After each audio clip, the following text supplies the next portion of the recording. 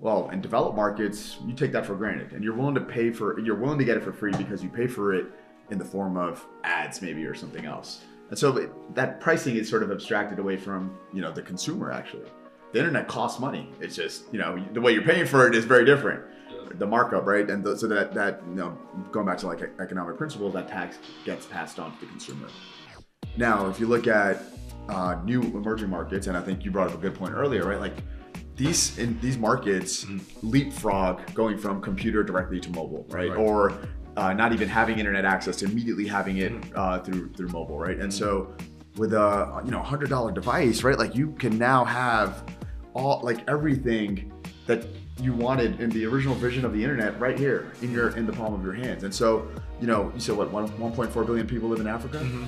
I mean, imagine bringing, the half of them that don't have access, immediately being able to share information with each other. Family members, right? People that don't often get to connect with each other, people that might be traveling and, need to be able to exchange content with each other, to even, if someone leaves from one part of the area to another for work, 100%. Right? These people are leaving their families behind so they can go earn money. How do they send that money? They have to also go through those gatekeepers. With something like this, you're breaking those barriers. Right. And I think, if you can get this in the hands of, 500 million people in continental Africa, like you've changed the world. And I think that goes back to the original vision of the internet, that information sharing, that money sharing. And it doesn't really matter how much this costs, but the fact that it's $100 makes it so much more attainable. Gentlemen, congrats on the partnership. Massive news. Appreciate it, Logan. You've been one of our biggest supporters as well. Like, I'd love to dig into the partnership and share, because Mo, you guys don't even know the story, I feel like, of how the names of our companies came about. Like Jambo means Swahili in English, and Jambo means hello in Swahili. Like Aptos is very special. So like, we really would love to just honestly on this share more about why we vibe with each other. Taking it back. I like it. No, I mean, first of all, can we do a pan out of this house we're sitting in? Don't expose us. We're all making startups on a budget. We're at a $200 Airbnb. So this is where we're filming this. But I think the amazing thing is ETH Denver is crazy. There's millions of events. I mean, everybody's jumping from event to event, and you guys all came together and we made this happen. So really, again, kudos to both of you, because I'm really excited about what each of you are doing. And really, I think the vision of kind of Jambo is enabling more smartphone ownership, Web3 penetration in newer markets. And that, to me, is what got me excited about crypto in the first place. Yeah. I think it's a great point, right? Like, and as I'm sitting here thinking about what the mission that we've been on for almost like a decade now, if I think about it, it's been giving access to those people that have been left out. And I think that's what got everyone excited to jump out of the bed and go into crypto. And somewhere along the way, I think we stumbled a bit, right? I agree. Yeah. And but I think the good thing is that we're reminded about is just walking around, meeting with founders, and even catching up with you is focusing on that mission. And so when you see a phone that doesn't cost $700 and is actually giving impact and penetrating markets where people need access to financial systems. To me, it was a no-brainer that it needs to be together with a blockchain like Aptos that can actually make that happen from a performance perspective. And so I'm super excited about the partnership. But I'm kind of curious. Like, I think you should share your story of Jambo and how you got here. And I would love to hear a little bit about that. Yeah, for sure. Before I even give a background, just to riff off of what Jambo and Aptos work together. Jambo is solving two problems. We want maximum distribution in emerging markets. And second is, everyone understands emerging markets has three problems: cross-border payments, remittances, and banking and bank. That's the most interesting problems to solve you can work on as a founder. But at the end of the day, this all starts and ends with mobile. The one thing you need before when you wake up, before you fall asleep, you say hi to, you say bye to. You can't live 24 hours without your phone. Let's be honest here. My wife doesn't like that answer. That's why I don't have a girlfriend. Neither does my fiance. She's like, "Why are you always on Telegram or Twitter?" I'm like, "I'm sorry, it's the industry. We have to be connected." I know, y'all did better than me. But at the end of the day, phone distribution. But like Mo said, you need a blockchain with high enough throughput with the best performance to actually enable a lot of these things. Shout out Petro Wallet, pre-installed inside of our phone.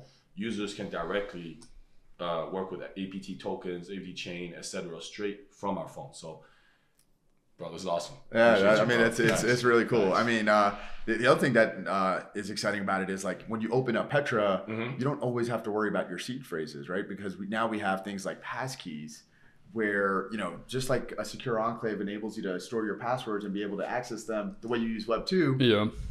If you're talking about penetration into these large markets and you want to bring them access, like they have to have just an amazing user experience. And so when you use Petra on Jambo, you're not going to have that clunky Web3 experience that you would have typically. And so even abstracting that complexity away just allows for more people to be able to access, money and these systems. And so I think when our team thinks about innovation and pushing the technology forward, it's very much user-centric, right?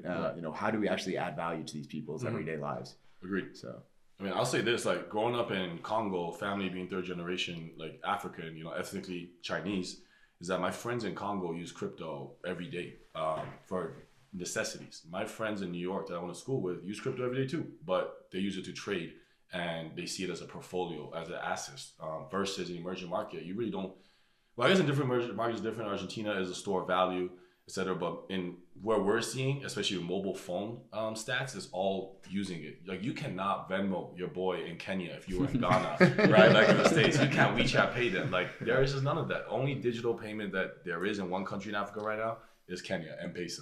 So we're just trying to enable more digital payments and make everyone's life easier. They don't care if it's Web 1 or Web 10. So exactly. I mean, from the technical aspect, abstracting like the private keys, but enabling it at mass adoption, I think is really the thing that we've all really wanted from crypto or Web3 from the beginning. But as you mentioned, I feel like we kind of stumbled and got lost a little bit on the way. And now I'm very excited because it feels like we're kind of going back to our product roots. We're enabling actual things that make people's lives better. Yeah. I mean, and this is the kind of stuff that you think about, in a garage or in a house when you really want to move a trap house. A trap house.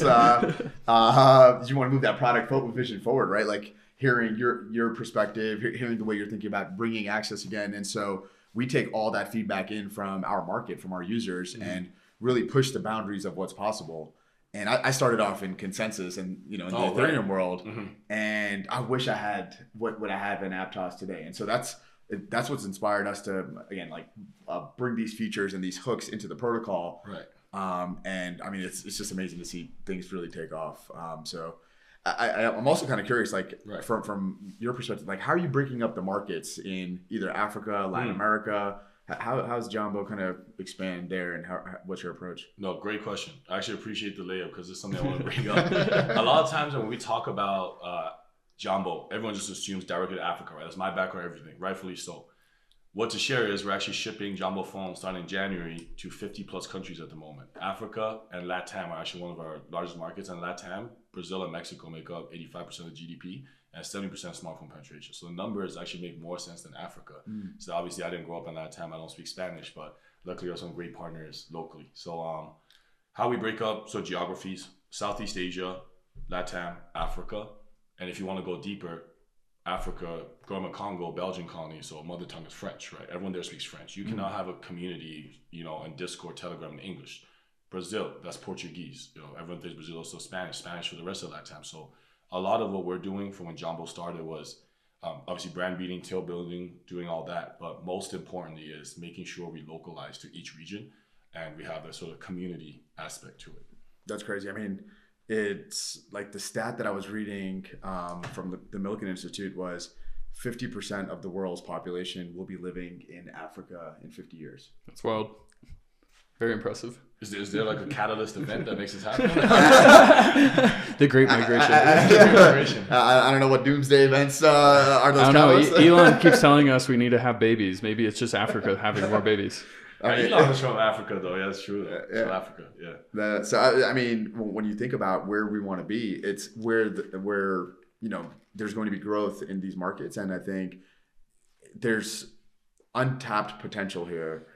So much, greenfield, and I mean, this is exactly where cutting edge technology can, get to market faster. We can iterate faster and get these cycles in versus, dealing with slower adoption rates and in more, cemented markets. Right? Yep. So honestly, I would say add to that point, I think a lot of people underestimate how much time companies spend on their ecosystems. Because in crypto, I feel like just ecosystem is so important. Like for example, y'all's conference, Aptos in SF, Dollar Labs, Petro, you actually get to meet all these founders in person and then sort of riff off that and then ideas flow. So even for us, like Jambo isn't going to build the wallet itself, build the chain itself. We work with the highest performance chain. We work with Web3 auth to make our multi-chain wallet. We work with Matrix Fire, Sleepagachi, great gaming IPs that we pre-install into the phone so the users can, directly have access. They don't even need to know if this is Web 1 or Web 3. That's important too. That's important too. In terms of, the phone, where's the vision? Is it just to make the phone as ubiquitous as like iPhone or Android, like get it in as many people's hands? Is it more crypto oriented? Because there is a tie, but there's also just kind of a cheap phone. What's like the more broader vision for Jambo? 100%. I guess if I can wave a magic wand or snap my fingers like Thanos, I'd say everyone in emerging markets would have a Jambo phone. Like in Africa, I don't know like how many listeners, and I always refer to Africa because at the base there, the emerging markets we're tackling, but users like a family of 10 people, maybe there's only 2 people that are working that provide for the family. A phone, 5 people will be using the phone, and you get, say, each family member gets 30 minutes of data. Now, imagine if you're, say, a 21-year-old kid in Lagos, you're in Nigeria, at 10 a.m., you go buy the Jambo phone, $99 US. Say you don't have $99 US, you walk into a merchant at work, into the merchant store, use Jambo loan. You can walk out the store with a Jambo phone with a payment plan. But the best part is go into one of the 15 apps that's pre-installed, only one of them is Jambo, make your wallet, make your, look at the quest, do the quest, whether that's go into Petro wallet and you will earn X amount of certain rewards after doing these things. Do this amount of transaction on Matrix Fire, one of the top Web3 FPS games right now, and you'll earn tokens. All those tokens accrue to your wallet, and then we provide the off-ramp locally. So for the user flow, it will go get a phone, raise accounts, do these things, and then by 8 p.m. you can provide for your family. So that is sort of like how we think, not sort of just, hey, how does this user benefit from a token price going up, et cetera. It's really how do they have utility locally, and then tokens for us is a great ranking system and how to reward, incentivize our users in smaller batches. Yeah, I think I love that vision. I'll maybe answer it from a very different perspective. If you look at the original vision of the internet, it was to share information and to do it in a way that it's unencumbered. And the world we live in today is I got to pass through so many different gateways and gatekeepers. Google, Apple, you name it. Yeah, and you don't even understand. Like people think that I put something into a search bar or go into my email. This is essentially free. Well, in developed markets, you take that for granted, and you're willing to get it for free because you pay for it in the form of ads, maybe, or something else. And so that pricing is sort of abstracted away from the consumer. Actually, the internet costs money. It's just the way you're paying for it is very different. Yes. The markup, right? And so that going back to like economic principles, that tax gets passed on to the consumer. Now, if you look at new emerging markets, and I think you brought up a good point earlier, right? Like these markets leapfrog going from computer directly to mobile, right? Or not even having internet access to immediately having it through mobile, right? And so with a $100 device, right? Like you can now have everything that you wanted in the original vision of the internet right here in the palm of your hands. And so you said what 1.4 billion people live in Africa. Imagine bringing the half of them that don't have access immediately being able to share information with each other. Yeah. Family members, right? People that don't often get to connect with each other. People that might be traveling and need to be able to exchange content with each other. To even if someone leaves from one part of the area to another for work, 100%. Right? These people are leaving their families behind so they can go earn money. How do they send that money? They have to also go through those gatekeepers. With something like this, you're breaking those barriers. Right. And I think, if you can get this in the hands of, 500 million people in continental Africa, like you've changed the world. And I think that goes back to the original vision of the internet, that information sharing, that money sharing. And it doesn't really matter how much this costs, but the fact that it's $100 makes it so much more attainable. Thank you. I appreciate that. I was talking about Jambo just now. No, I sell phones. I'm going to join the Jambo team. Thank you, Marquise. No, I think both are beautiful visions. I think ultimately the combination of crypto banking the unbanked, giving them cheap access to the internet, but also allowing them to have a savings account where they're not paying 20-30% on remittances. As you mentioned, some of the higher taxes that really the first world doesn't think about. I mean, even from like the blockchain landscape, everybody thinks everything only happens in the US, and they don't think about the entire rest of the world. And the US is small population compared to the entire rest of the world, and expanding not only internet access, but Web3 with Aptos, with Jambo, like these are really pertinent, and it matters that it happens sooner than later. Yeah, I think I'd love to respond to that one, because I feel like you're kind of hinting at you're down to take the show on the road to Asia and other parts of the world. Let's run it. World tour. All right, I've got it on the record. The other thing I was going to say is what you highlighted. The banking the unbanked is a very interesting topic, right? And there's so many studies out there where people are left out of the banking system. And I kind of think about this in a slightly different perspective, where if I'm in sub-Saharan Africa, or if I'm in some village in South Asia, the nearest bank is pretty damn far. And maybe I want to be banked, but what I really want is to just be included in the financial system, like you talked about. Exactly. Right? And so now the bank comes right to you. And that, I think, is really cool, right? And you can earn exactly what you talked about. You can earn really competitive market rates without having to go. You can get access to credit. You can send your family, your friends, Venmo across world. No, it really opens up. I mean, even doing remote work. I mean, that cross-border payments, there's a lot of new possibilities once you have an internet in your phone and the capability to hold money, where you don't have to walk miles to a bank that's going to charge you an arm and leg. Yeah. 100%. I mean, using the phone, if you were able to airdrop a non-custodial digital wallet to each person in the emerging market, you've essentially banked the world, right? This problem, like Mo said, though, they still don't have access to the global financial infrastructure because they don't have credit, right? Like, why say Tencent or Alibaba is the two largest unicorns in Asia is simply because they have, not simply because of this, but I don't know how simple it was. Yeah, it wasn't that simple, but they have complete information flow, right, on social data, user data. You can go into WeChat mini program. If we're all sitting at the table right now, we all open it up, and you can see how much loan you can take out within 30 seconds. And that's all just, you don't have your bank accounts connected. You just know who you talk to, your social circle. So similarly for Jambo, we really want to provide a credit score for users. That's sort of the next step. That's how they're able to take out the loan. They can sort of leverage off of the different things, even for their family members. That being said, in Africa right now, I think there's two sort of ways that we're going about distribution, Africa and LATAM. There's one, is sort of the Web3 crowd, where you have a lot of users that will see the phone. They won't be using it, but on an everyday basis, it's replacing the iPhone in America, but they will be using it as testing out crypto applications, right? If they can see this is the most crypto native phone to have for $100, you get a hoodie for $100, and you test out different things as knowledge.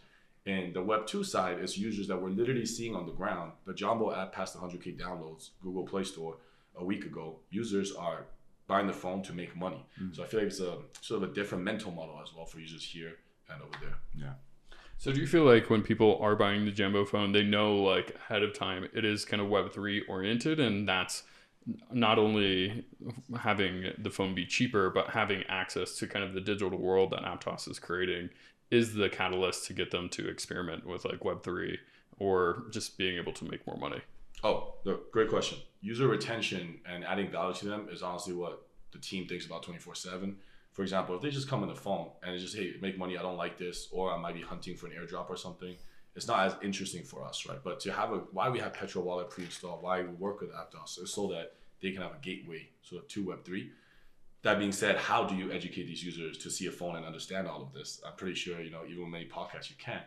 I think that is, you have to localize languages, community managers. That's why Jambo team right now is, I think, a lot less lean than regular crypto teams of the same size. We have over 200 employees, most full time, but these are just a lot of different localized communities.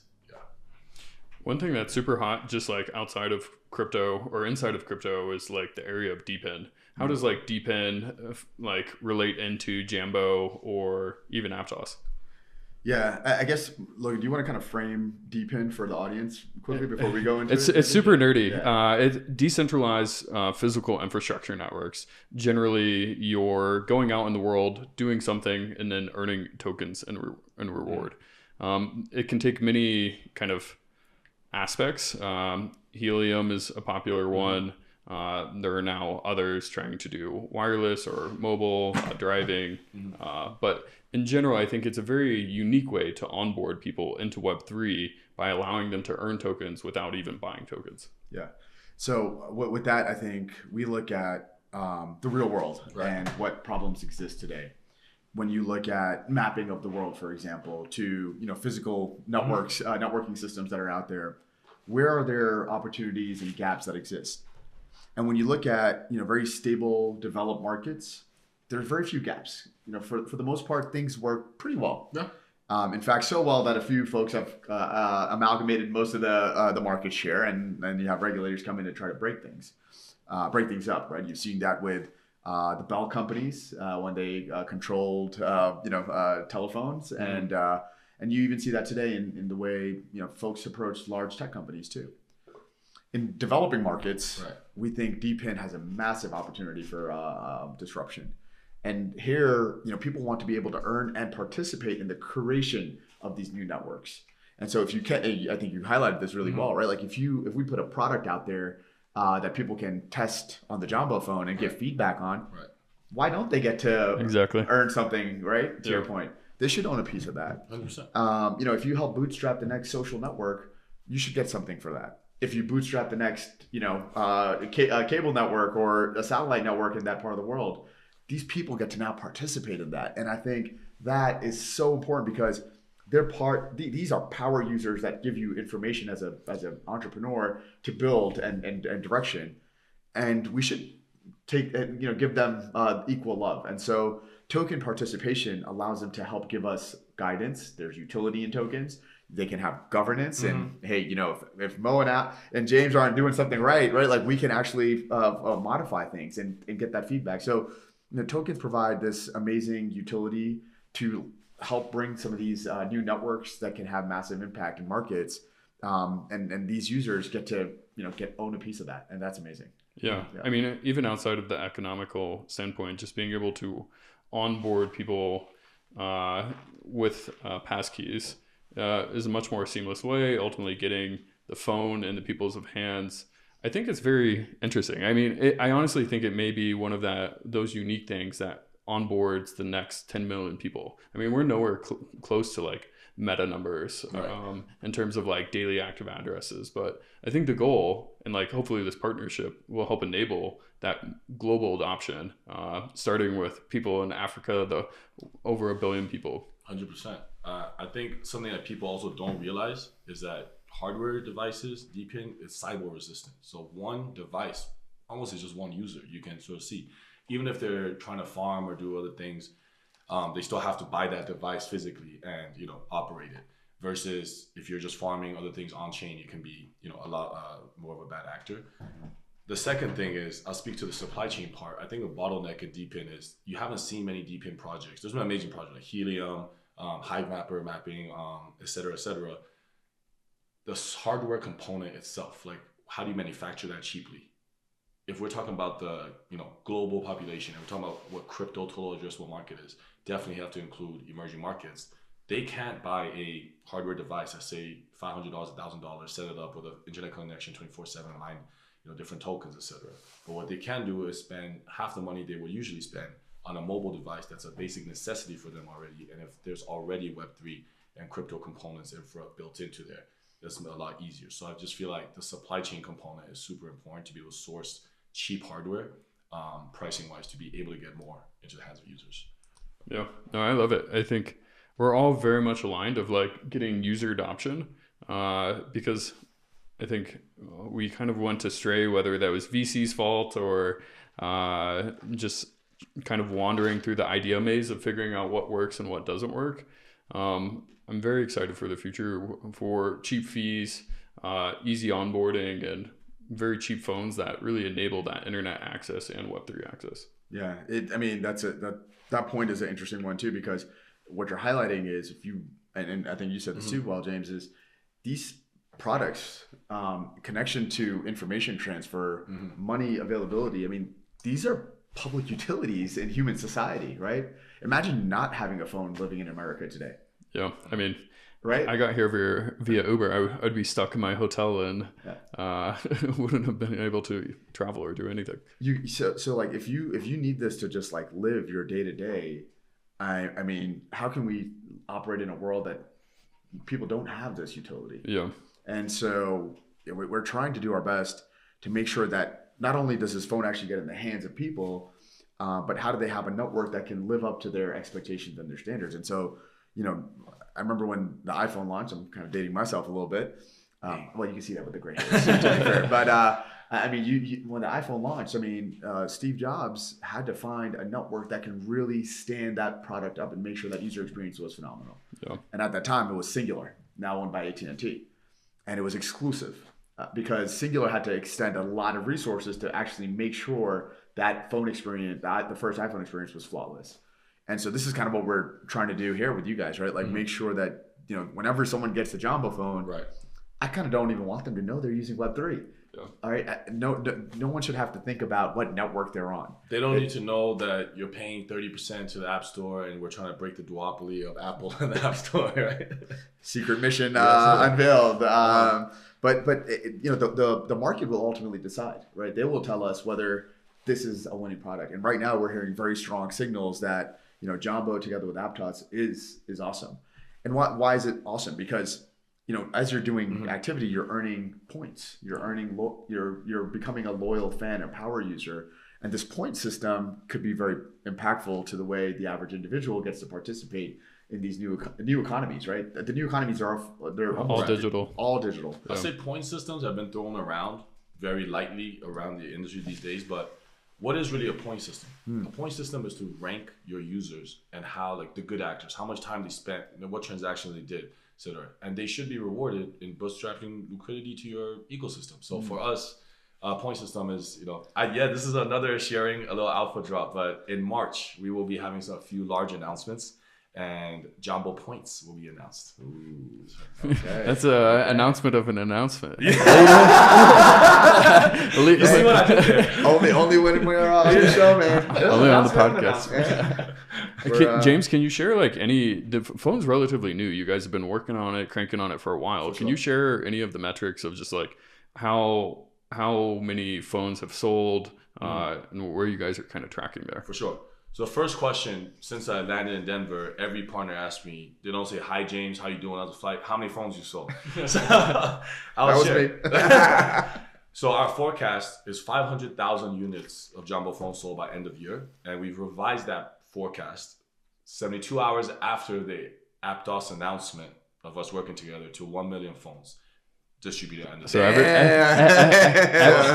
will have more numbers at the end of Q1. We're sharing all our partners, Twitter, everything, fully transparent, which markets.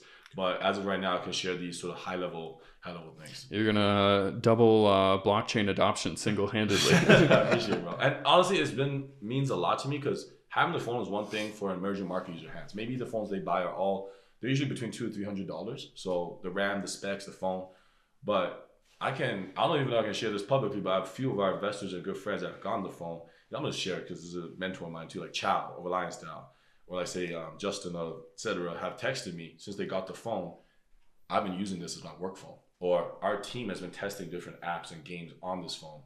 So that's blown me away that someone that honestly is not just from the States or a non-emerging market, but actually works in product, works in tech that likes it. So that's probably something that's been surprising.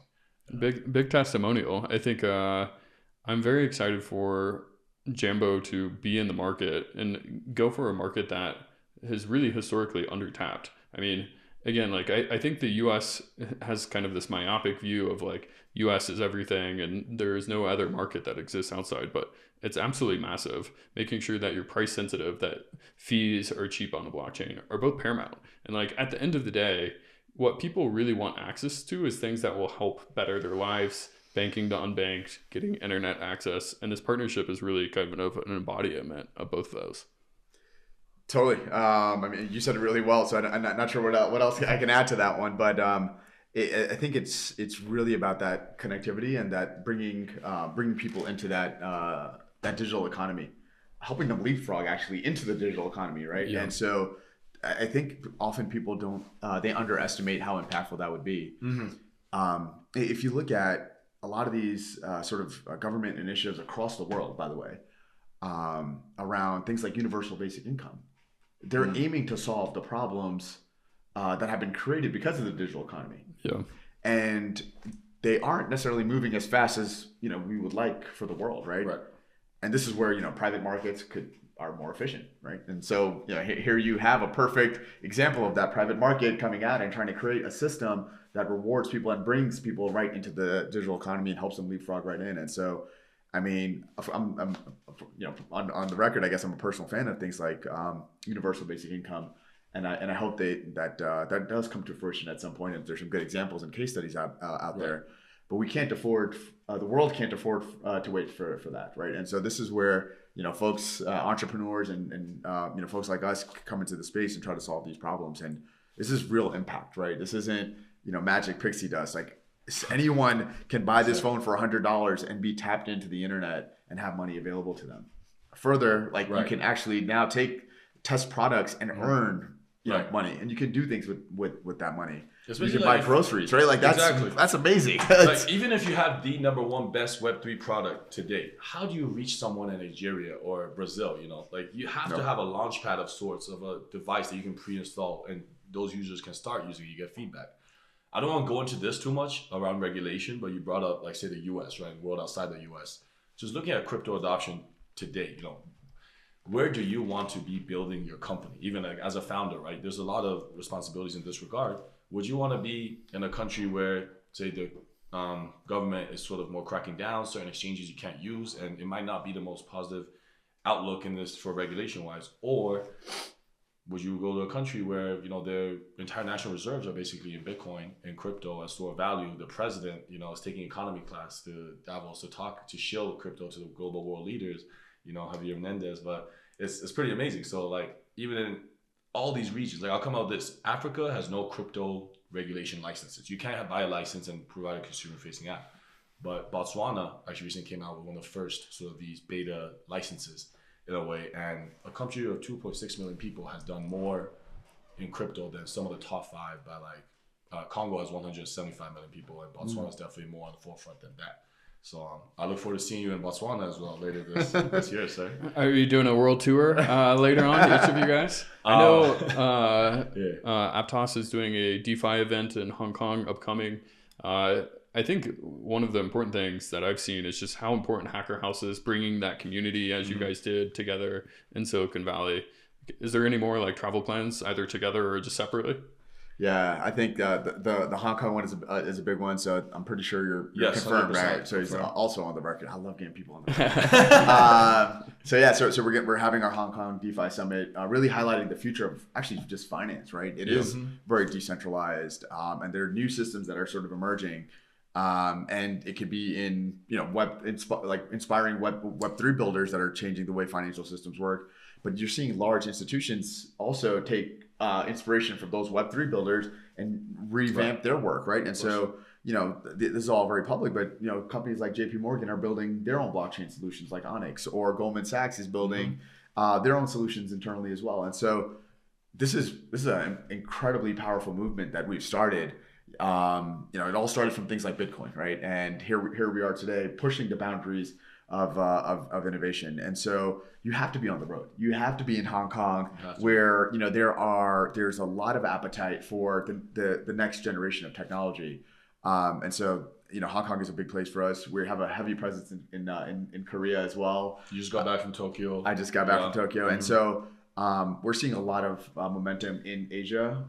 We're excited about what's happening in Africa, and we can't wait for things to clear up. We want to move where markets are moving, and so wherever there is an incredible amount of budding young talent that wants to bring products to market and be brave enough to launch a new phone, we want to be there with those people, right? Yeah. And so hopefully we continue to be present in those areas, and we're excited about that too. Amazing. James, where can people buy this phone? We've been talking about it for a while, but where can they buy it?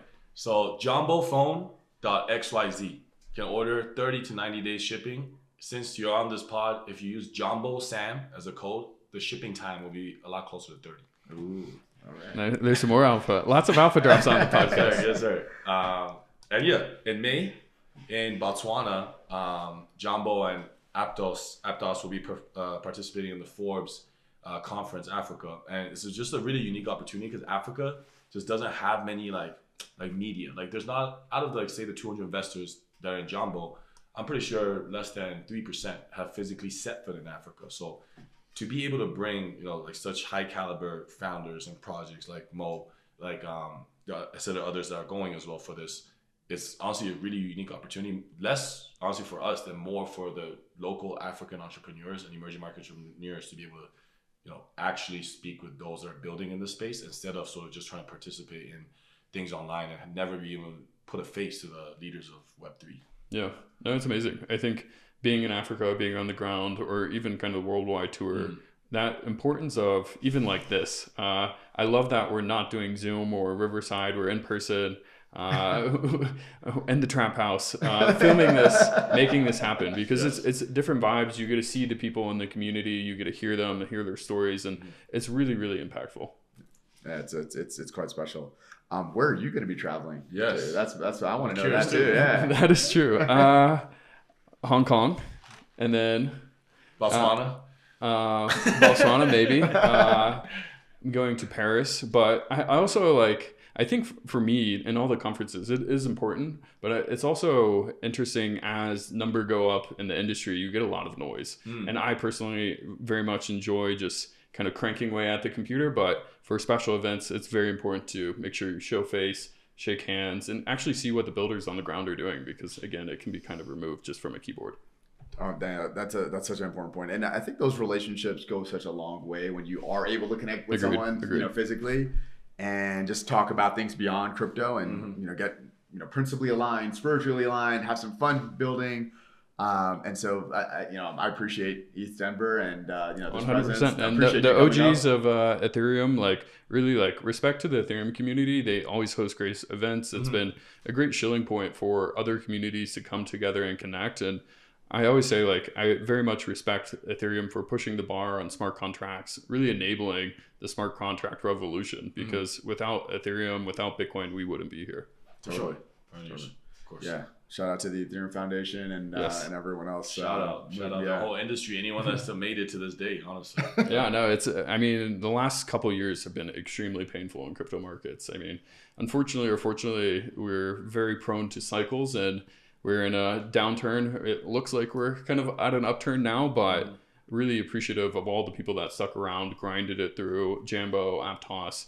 I mean, it is not easy. Like the fear, the FUD, like people calling you scams. Like it's kind of like you do something ambitious and people will attack you. And I think just kudos to each of you for staying course and grinding throughout the hard times. Appreciate it. Appreciate you, Logan. Yeah, especially doing a hardware phone device. You know, like when we started this, there was not a lot of comparisons. So yeah, cool. Thank you. Cheers. Awesome. Well, I think anything else that you guys want to chat about? Perfect. Yeah. Cool. Well, again, gentlemen, thank you so much for coming and making this happen. It was an amazing conversation and a lot of fun. Appreciate you, Logan. Thank you. Awesome. Thank you. Thanks, Awesome, guys. James. Yeah.